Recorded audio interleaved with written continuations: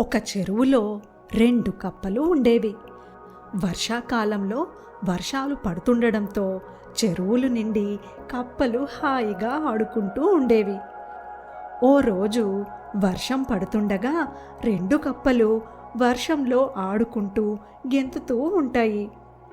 అలా గెంతుతూ ఆడుతున్న కప్పలు చూసుకోకుండా ఒక మజ్జిగ కుండలో పడిపోతాయి. 2 కప్పలు కొంతసేపు బయటకు రావడానికి చాలా ప్రయత్నిస్తాయి. ఎంత ప్రయత్నించినా అవి బయటకు రాలేకపోతాయి. ఈ మజ్జిగ కుండలో నుండి బయటపడడం అసాధ్యం.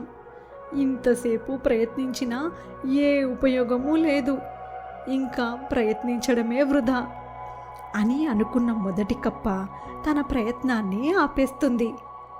2వ కప్ప మాత్రం తన ప్రయత్నాన్ని ఆపకుండా మజ్జిగలో ఈదుతూ బయటకు రావడానికి ప్రయత్నిస్తూనే ఉంటుంది.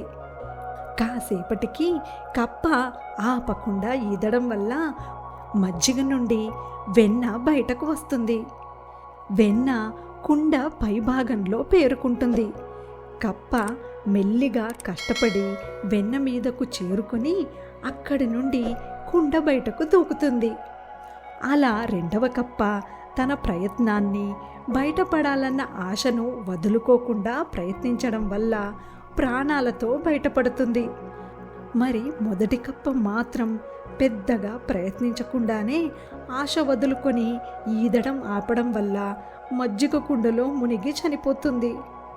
ప్రయత్నలోపం లేనప్పుడు విజయం దానంతటదే సిద్ధిస్తుంది.